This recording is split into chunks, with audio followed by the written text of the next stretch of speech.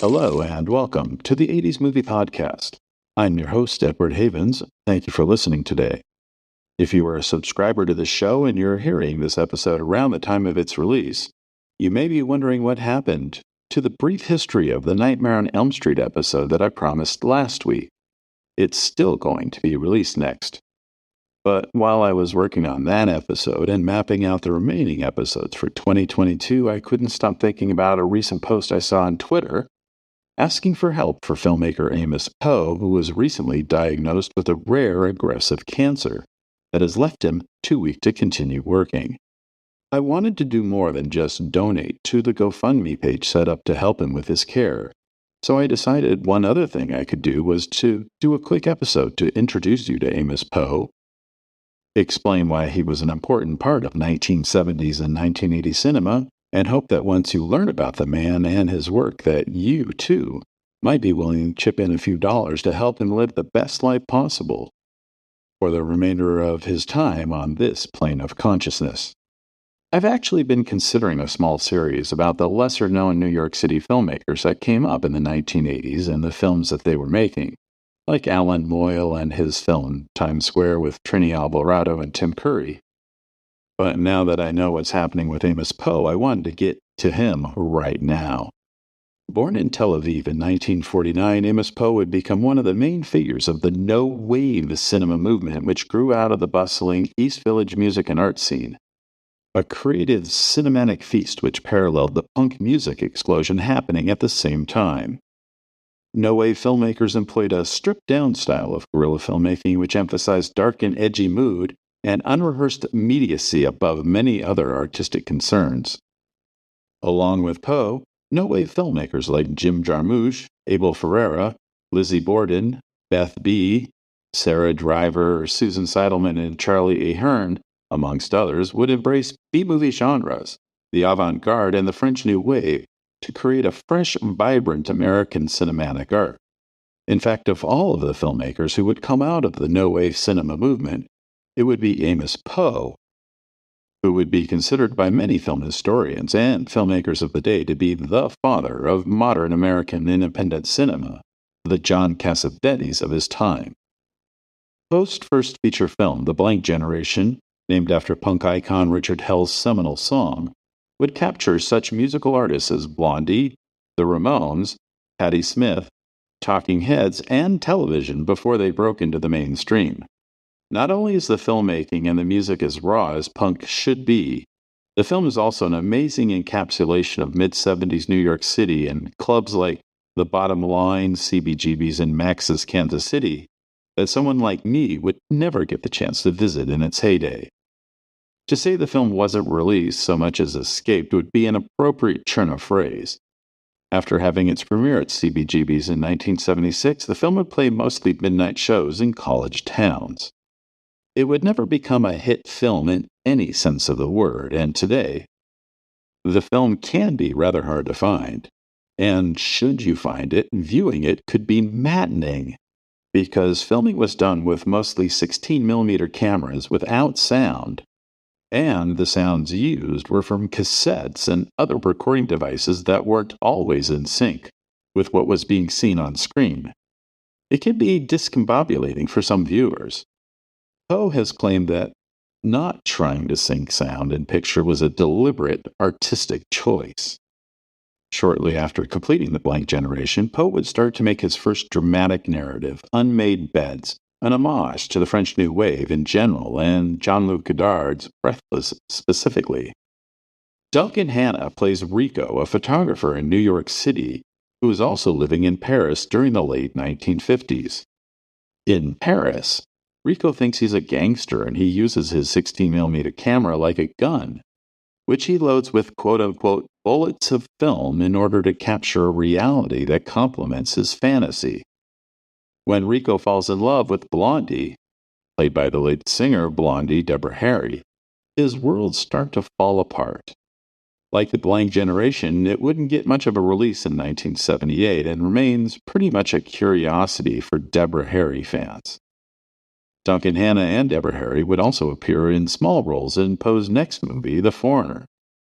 Fellow no-wave filmmaker Eric Mitchell stars as Max Menace, a secret agent from Europe, who becomes involved with a number of oddball, only in New York characters while he awaits word of his next assignment, which never actually comes. Made for only $5,000, The Foreigner would be the no-wave film equivalent of the debut album by the Ramones in 1976. Not a lot of people experienced it at the time, but it seems everyone who did decided that that's what they wanted to do. As he was completing editing on The Foreigner, Poe would start directing a New York City public access cable channel show called Glenn O'Brien's TV Party. O'Brien was the first editor for Andy Warhol's Interview magazine in the early 1970s and was a music critic for the magazine when punk rock broke into the mainstream. O'Brien would end up befriending many of the emerging musical artists who would gladly and regularly appear on his show.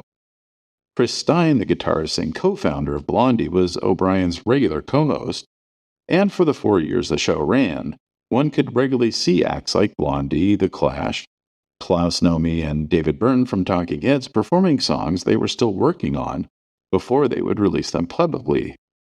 You can find a number of clips from the show on YouTube, and if you're a fan of the first wave punk and new wave bands, it'll be a rabbit hole you will gladly fall down. In 1979, Poe started working on his next film, Subway Riders. Like many of the no-wave films of the day, Subway Riders would feature John Lurie, Cookie Mulder, Susan Tyrrell, and Amos Poe himself. His first film in color. What makes Subway Riders an important milestone is its being the film debut of Robbie Coltrane, the great British actor who passed away recently.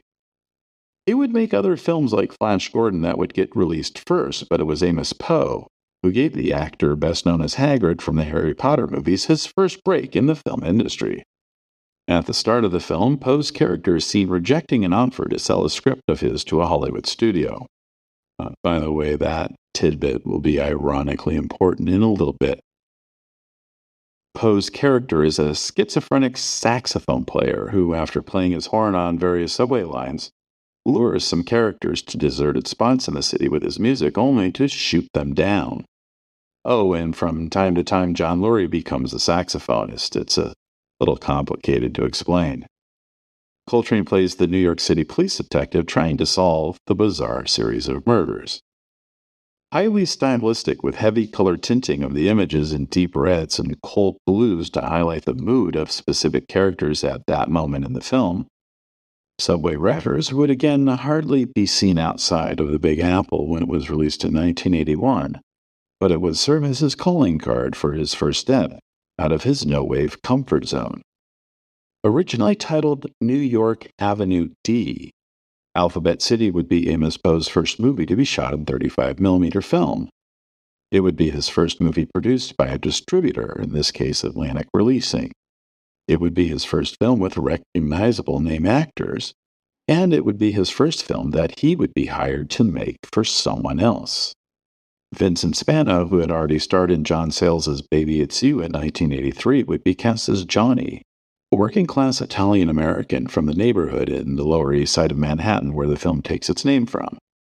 Working for the mob, Johnny runs the organized crime operation and rackets in his neighborhood, including drug dealing, collection of protection money, debts and street taxes, and kick-ups from the other local gangsters. And Johnny is only 19 years old. We follow Johnny over the course of one evening in his line of work.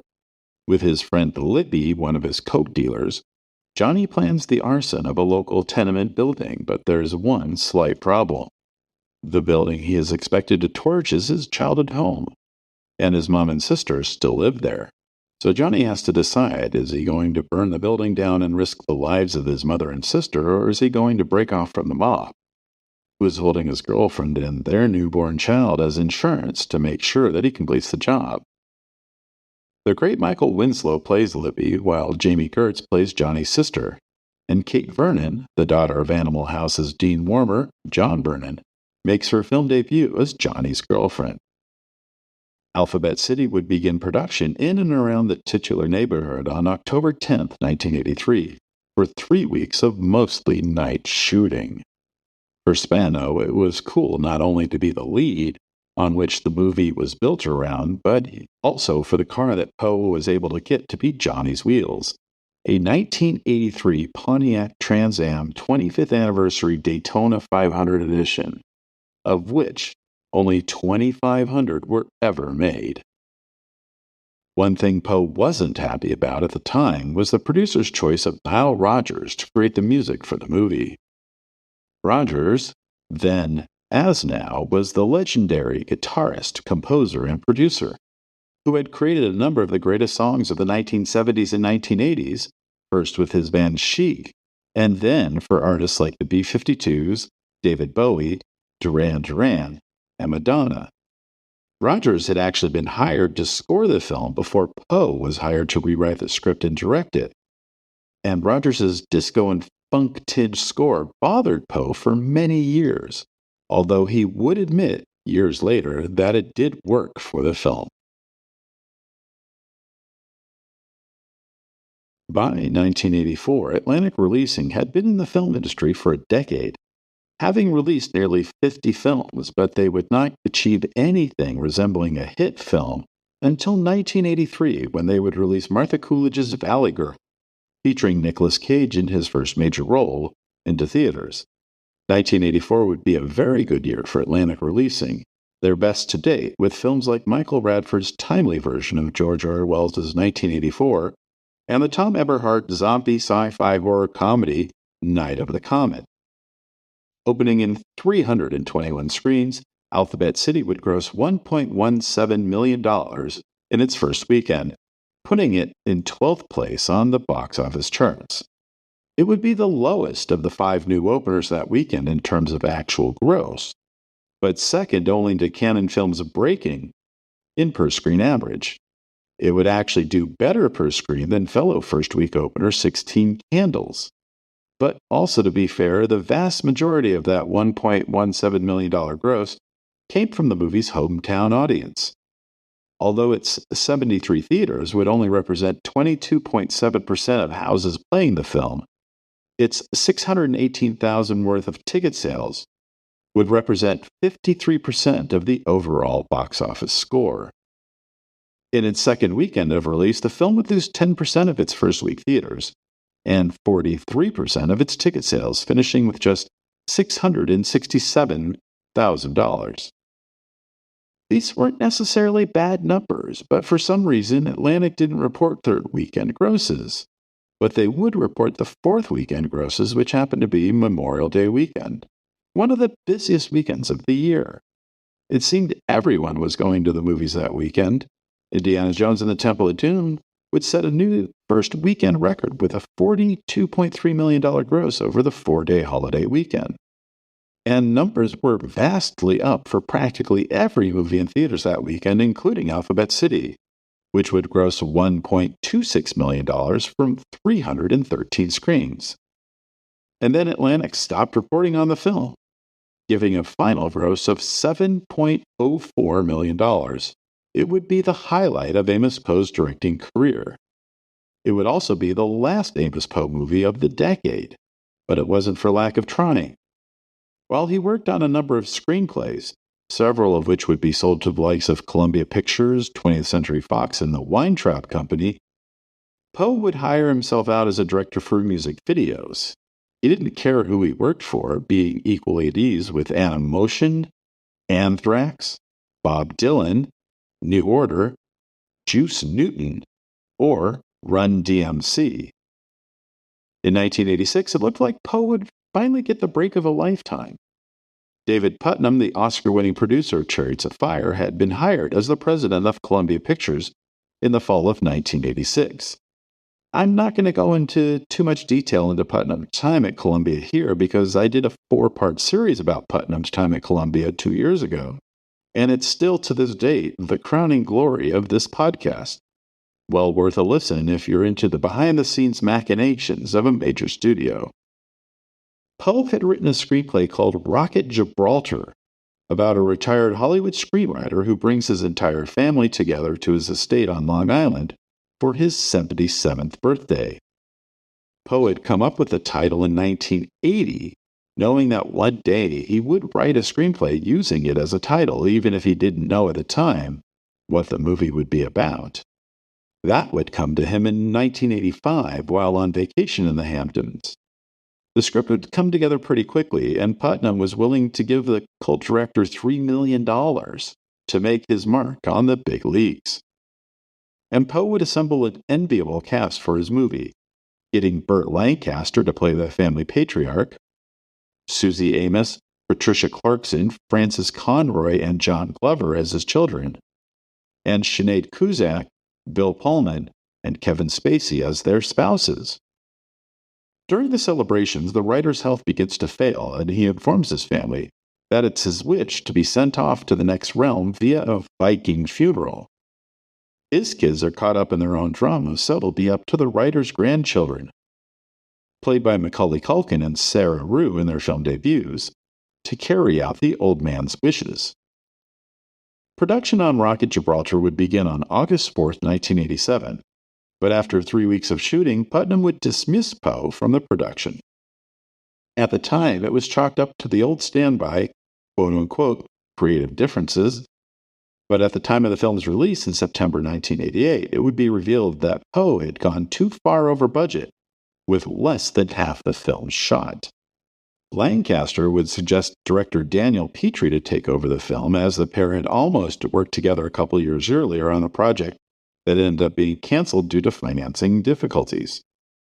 Petrie would pick up shooting on September 1st and have the film completed, on time and on budget, at the end of the month. However, the film would never get a proper release in theaters for reasons far outside of Amos Poe's control. While Petrie was shooting the film in Poe's place, Putnam was either fired or quit from his post at Columbia Pictures, and many of the smaller films greenlit by Putnam, like Rocket Gibraltar, would be given token theatrical releases with very little advertising support. The film would never play in more than 12 theaters, and it would only gross $187,349 after 5 weeks. As the 80s became the 90s, Poe would continue to support himself mainly as a screenwriter, selling several scripts to major studios, while another script, La Pacifica, would be turned into a graphic novel by DC Comics. He would direct 3 movies in the 1990s. 1992's Triple Bogey on a Par 5 Hole features Robbie Coltrane and Philip Seymour Hoffman. 1995's Dead Weekend stars Stephen Baldwin and Bai Ling, and 1998's Frog for Snakes, which had a cast that included Robbie Coltrane again, Harry Hamlin, Barbara Hershey, Debbie Mazar, Ron Perlman, and Justin Theroux. Triple Bogey would go direct-to-video, Dead Weekend would premiere on Showtime, and Frogs for Snakes would get an actual theatrical release from Artisan Entertainment, but it would disappear after 2 weeks, playing in one theater each in Los Angeles and New York, earning $20,639. It would be another 8 years after Frogs for Snakes before Poe would make Empire 2, a 3-hour rumination on life in Manhattan and the filmmaker's interpretation of Andy Warhol's landmark 1965 art film Empire. Although there would be a documentary about the country singer Steve Earle in there too. And his final film to date, 2012's A Walk in the Park, is a not quite documentary, not quite a dramatic narrative that mixes addiction, ambition, depression, family relations, retribution, truth, and violence and poetry into a fugue state of a wormhole logic. Amos Poe will be leaving us with quite a legacy of cinematic art, and hopefully he's not done yet. This is where we come in. Amos Poe has stage 4 colon cancer, and even though he teaches at NYU Film School, the insurance and coverage required to treat this kind of advanced cancer far outweighs the coverage he gets from the school. And being an outsider and iconoclast, he doesn't have Spielbergian money to fight back. If you go to this episode's page on our website, the80smoviepodcast.com, we'll include a link to the GoFundMe fundraiser that has been set up to help Amos. As I write and record this on Tuesday, October 25th, 2022, they've already raised $146,500 $350 of their $150,000 goal.